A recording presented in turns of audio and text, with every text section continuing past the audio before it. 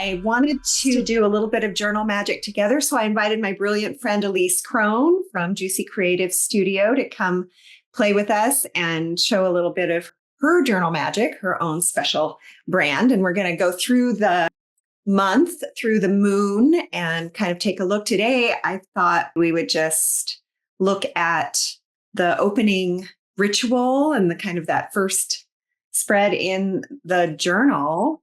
Anyway, welcome, Elise. I'm so excited to be doing this. This is going to be really fun. How we're going to, you're going to speak about the different things you can do, and then I'm going to be doing them. The thing to know about Elise and me is that we have mutual receptor sites for our creative expression, and Elise's gifts are way, way beyond mine when it comes to like paper craft and just making things. And my gifts are way over on some other spectrum and show up in a book. Look, here, there's a book. So this is kind of a wonder twin moment. It's been so great to see this Dreamfruit world just form and then flower and just be so powerful. And to get to create within the Dreamfruit world is so satisfying. Yeah. Yeah. Yeah. This and because we changed the format so much with the, we worked in the lunar almanac format for years and years inside of Dreamfruit. And now we're going to start playing inside yes. An old lunar almanac. This was 2021. A lot happened. That was, oh my God. Yeah. And now we're in the journal magic, which is a very different animal, very different creature. And so we're going to just walk through it. If you have your copy of Journal Magic on hand, you can open it to I'll show you what the blank pages look like. And here in a minute, we're going to show Elise's craft table or magic table.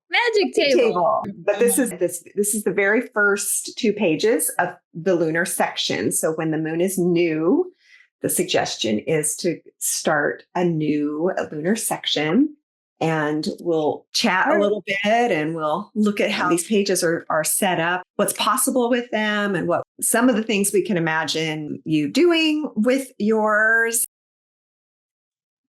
So here's the opening spread, and you'll see this very first page, this Dear Moon, is really an invitation to start thinking about and to address this coming lunar cycle on your own terms.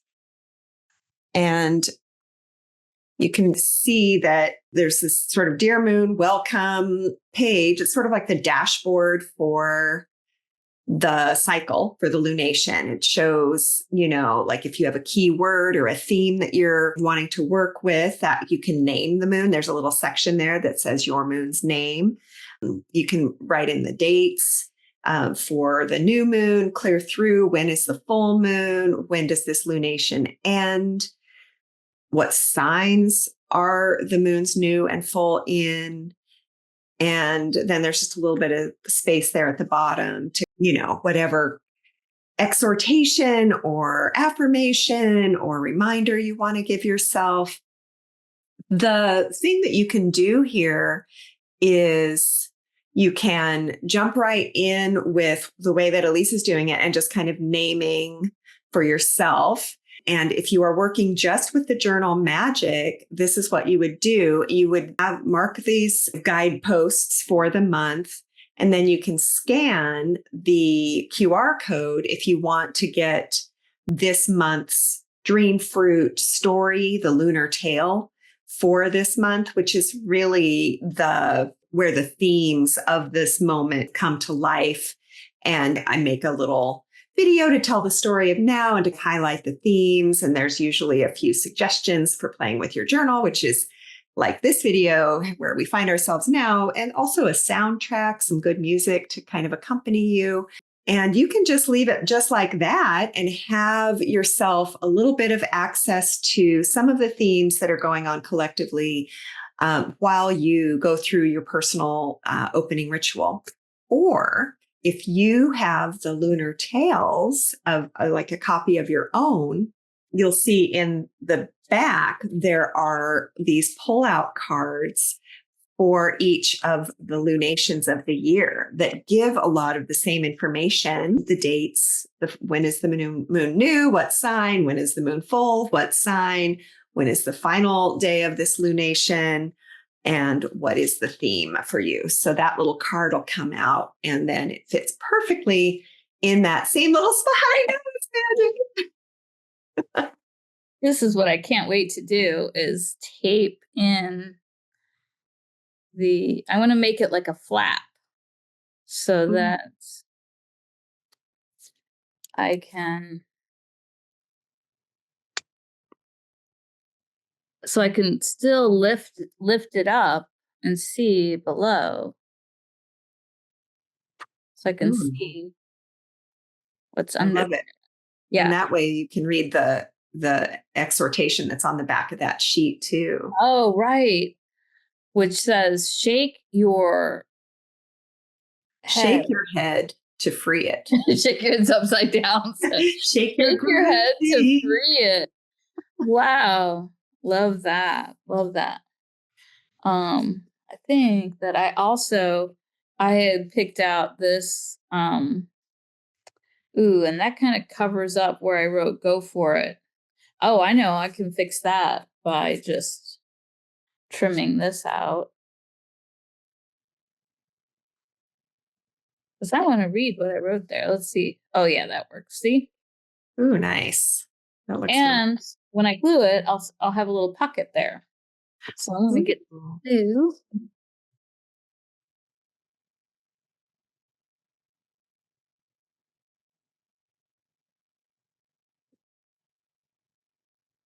And I've done pockets before on this front page too. And it's really nice. You can put like keywords that you're sort of like thinking about at this time. You can like write them on little pieces of paper and tuck them in there. I've done it where I just have I go through my stickers at the beginning of the month to see which ones really feed the themes that I'm thinking about. And I'll put those in there so I can pull them as I work through the month. What do you think, Elise? I like that idea a lot. This is my little sticker stash. And when I think about go for it, I'm liking this butterfly. And feeling glorious. And making my own sunshine. Okay. So, I'll have them in there. But I'm probably going to use them right away. Somewhere. Look at that. Oh, that's really sweet. I love the little world. Yeah. Yeah. I don't want to take the time because, boy, I could pour through my stickers. Oh, this one. Memories take us back. Dreams take us forward. That's a good one for going for it. And I'll mention too that the colored border around the pull-out card for the month, if you are working with the lunar tales, you'll notice that they are color-coded for the seasons. And so we'll have 3 blue for winter, 3 green borders for the moons of spring, and 3 gold or orange borders for the moons of summer. And then we have there's a purple that we use for the 3 moons of fall. And of course, we all often have like a little bonus moon because we've got 13 per year, 12 and a half lunations per year. But anyway, so that's the color magic that you can do moon by moon, depending on when you're jumping in and what you feel the overall vibe is. This page is really intended to be that kind of, this is your setting up your vibe for the month. Oh, I Fun. love that.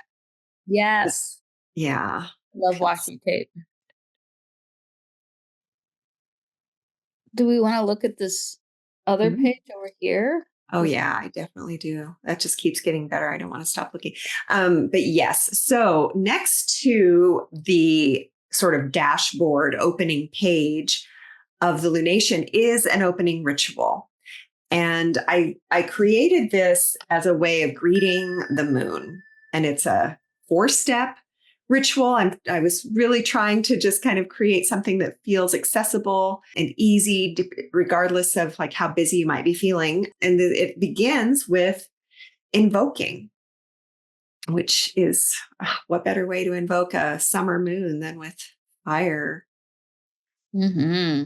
Yeah, but just our way of extending a greeting to the moon and whatever your way is, it's really a loving invocation, inviting Luna to come be with you. And it's these little sections on the opening ritual are hopefully a comfortable size. They're not overwhelming. They're not, we're really just, and you can be as scrappy as you need to be. And really, this first section of invoking, the invitation is to write or draw or describe some manner of greeting to the moon. How do you greet the moon at this time? And noticing what the distinct energy is right now and seeing if there is a name, that emerges for this cycle. Also, I mean, obviously in the Dreamfruit Lunar Tales, we've kind of named it the daring moon in this case, but you might have a personal name for it. Oh, I'm loving this. Yeah, I just, I created this little altar here um to do this today, just to bring that sacred feeling. And I just intuitively grabbed this pure rose oil and I felt to anoint that as an invocation of the moon.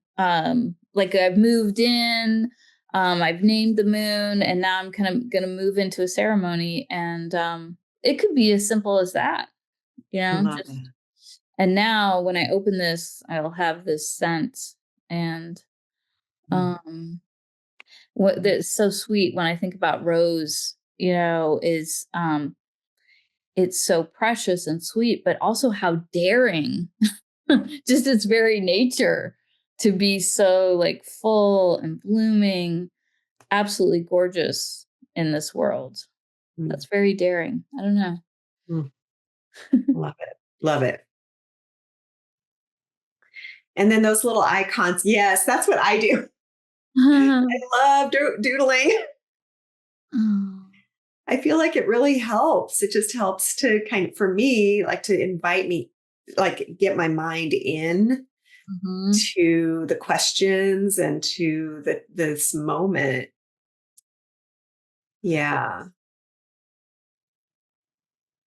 it is journal magic. And so we're like, these are seemingly very simple techniques or practices or bits and bobs, but what they can do for how we are perceiving and the magic that we're creating with the moon is pretty significant. So yeah, in the ritual, like once we have invoked and greeted Luna, our beautiful, beautiful moon, then the next question is really we enter into wonder. I'm a big proponent of carrying questions, letting them be guiding questions, not seeking to know anything right away, but to just carry what it is that's in your heart with, some curiosity and, you know, greeting the moon with some wonder. And so this section really is intended, this kind of next step in the ritual sequence is like, what is that question that you're carrying in your heart or that doesn't have an immediate answer? You Mm. know, you don't have to write it here right away. This is something that, this whole ritual can happen in one sitting, or the way that mine has kind of unfolded. And I kind of have gotten into a little routine with is, I'll take the whole first half of the lunar cycle, right? From new up until full, to really notice what the questions are that I'm carrying. And also, you can write that question on a leaf or a twig outside and put it outside under the moonlight. You can ask that question in a lot of different ways, but the invitation is definitely to wonder. I'm just going to put a sticker there. As this, I just happened to grab this at random, but she has a bow and arrow, and it's almost like, the question will come. I'm taking aim. The question will come. I don't have the question yet, but I like this idea of it doesn't have to come on the first day of the moon cycle. We're in time with the moon, so we're allowing things to develop. So yeah, you could almost think of it as setting the table. I mean, you're or dressing the altar. You're creating the altar space that, can follow you and that you can be with throughout the cycle. Yeah. Love it. I love that archer. That's a great sticker. And as the question gets carried, then you want to wonder something, but you also then want to listen.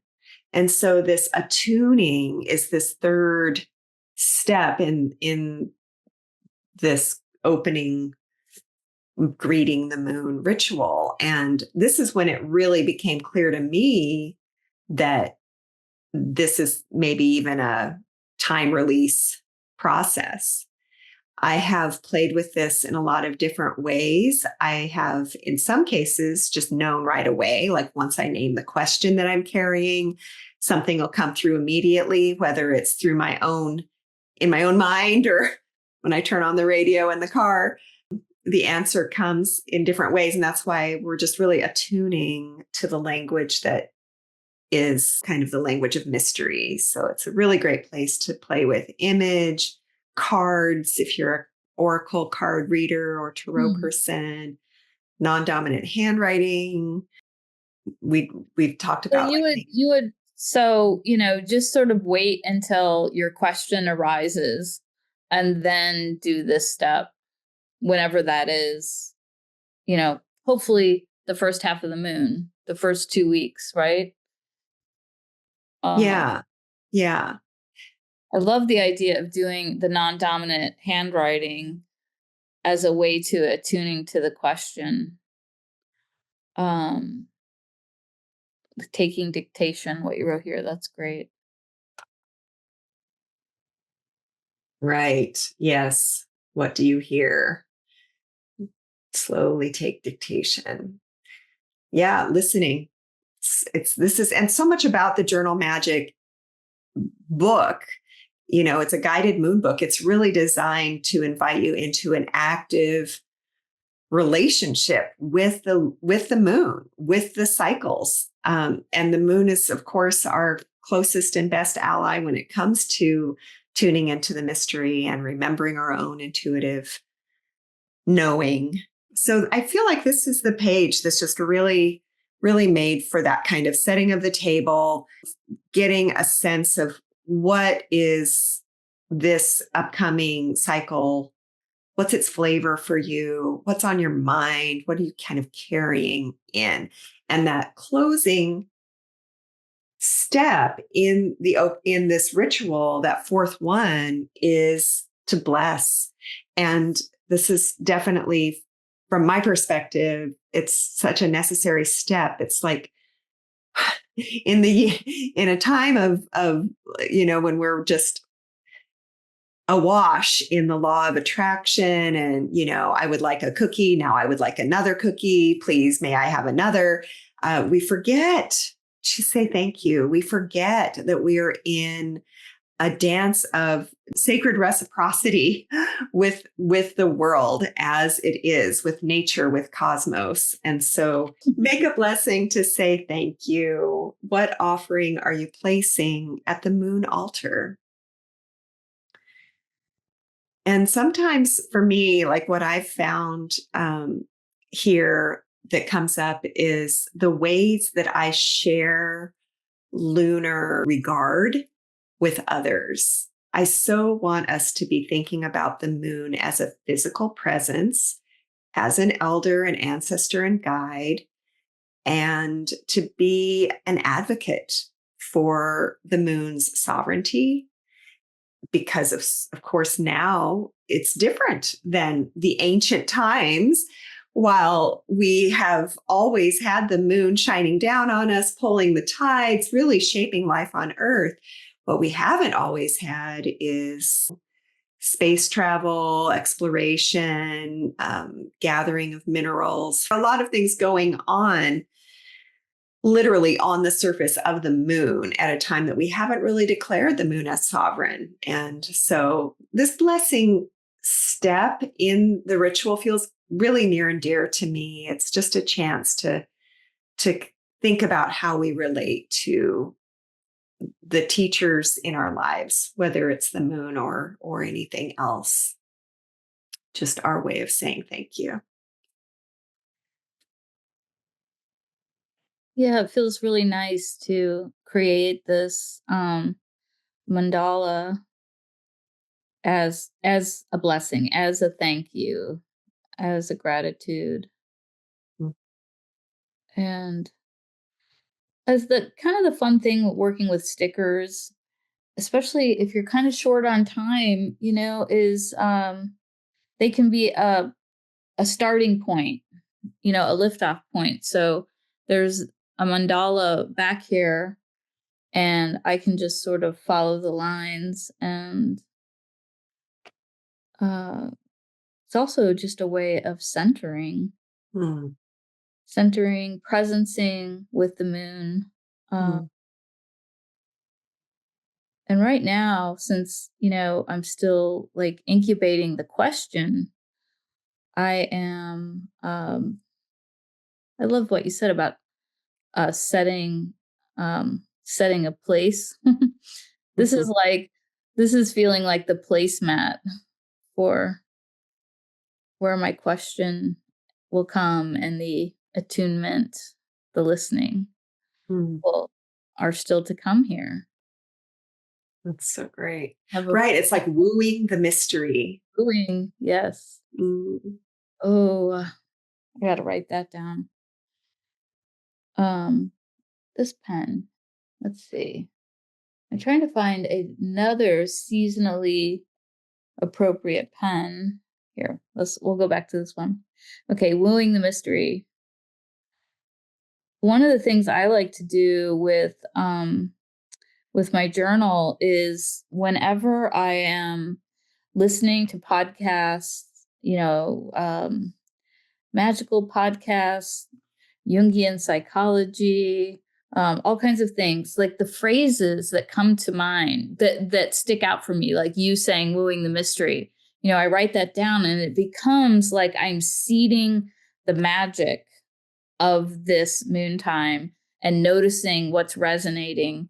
And by the end of the moon cycle, all those little drops that I've heard and absorbed and that resonated start to tell a story, Mm. start to answer the question, maybe start That's feeding the question. I think this is going to be part of what my question is. mm. This Mm. wooing.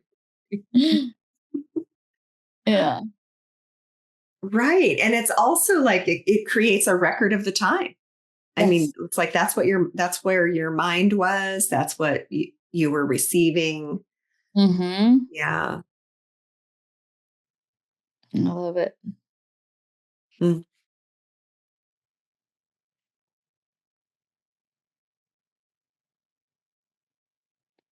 And another thing that we've talked about, another way to attune is to work with image And Elise had this brilliant idea of, working with collage, either in that small section or on this page in general, or on the next page where there's a lot more journaling space. And then to come back and play with this open sentence of I am the one who, as a way of, I don't know, Elise, can you describe that more? Well, one thing, if you wanted to weave collage making into this question and answer, which is like wonder and have a question and attune to the answer. So whatever your question was, you could do a quick fire collage, grab some images, and you could create a tiny collage in this little box here, or you could attune over here and create a larger collage. But like, give yourself, you could even set a timer for like 10 minutes, quick fire, just what comes forth. And when you see it, then you can let the collage be the answer, and you can come over here, whatever your question was, and let it speak. I am ... So if I had a collage here with a tree and a stream, I could let that tree and stream tell me who it is, why it's here, what it wants me to know. Does it want me to know something about the question that I asked? Like that. I love that. I'm going to do that one of these moons. Yeah. Yeah. I think this was really good. I love your page. I love that. I do too. And here we are. I feel like I've moved into this lunation in the journal magic, and the mystery can unfold. That's good. It's a great way to start a month, really. And I thought it might be fun to see like other ways that this has looked. I don't have all the fancy things, but like this was the first moon of this journal. And this is actually a cocktail napkin that I kind of pulled back the layers of and glued in. And then, of course, the washi tape always for a border. And, you put the washi tape on the actual. Oh, yeah. So that one you glued all the way down. So I did. I went clear around with this one. Okay. That's a great way to do it. Yeah. And then I just did some light doodling, and then I think I did some different colored pens, but I think, this wasn't non-dominant handwriting, but it was like, these were words that came in right away. That first month. And so I just grabbed them. Well, I can show you one. So on this one, I glued in my lunar tails on the side with washi tape, so it opens like a book. And then in this one, so I wrote my question: what is a sacred action for me now? And then I did the non-dominant handwriting. And yeah, ooh, look how juicy that is. I love it. I really do. I love that mushroom sticker. It's really great. Wend. I wrote wend here. Oh, we were wending. Wend and wonder. That's right. I remember that when we were talking about that. To wonder is to wend. And then like another time I just couldn't, it was very wintry still. And that border just felt too heavy for me. So I just tore the whole thing out and just left a tiny little bit of the blue from the border. And then I gave myself my little envelope of the stickers that I didn't end up using. For that. I guess you can always go back and raid them. Totally. Raid the stickers that you didn't use. I love it. Yeah. And then the only other thing thought I'd mention is just how, like, oh, here's another one of mine. Like, I just, I kind of, again, I tore out the border and then I put the border in, but then I kind of put the card up a little bit so that I could write oops. This is because, see, this is our skill sets being different because I'm so lazy. But you did washi tape to hold it down in the corner? I might have tried to use something else, but maybe just gravity. I don't know. Might have been just using gravity. Anyway, yeah, but that way that there's always an exhortation. It's what I call them in the lunar tales for each month. And the one for the sea or ship moon was sustain the gaze. It's printed on the back of the pullout card, and it's always included in the lunar tales video that I make. But unless you're doing what Elise is showing with the flap or like a book, you might not get it. So you might have to write it in. Right. But for me, I guess the only other thing I'll say is just how the timing of it has really become my favorite thing. Like taking that, there's in each lunar section of Journal Magic, there's an opening ritual and a closing ritual. And this opening ritual that we just walked through, like sometimes, like I said, I'll just do it in a sitting. But more often lately, I've just seen it kind of just be my touchstone over the first waxing time.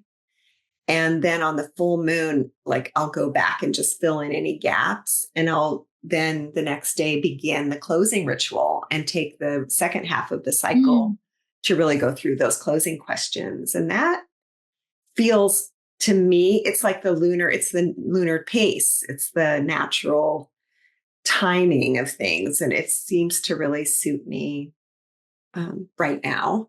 It's nice. Yeah. So that's basically a chance to kind of, like we said, like set the table for the lunation. And I'm so glad that we could have a look together, and I would love to hear what other people come up with and how this opening spread really works for you in your journal magic. I want to just say thank you, Elise, for joining me and playing along. So happy to be here. Awesome. Okay, well, maybe we'll see you next time and dig into some more magic journal making.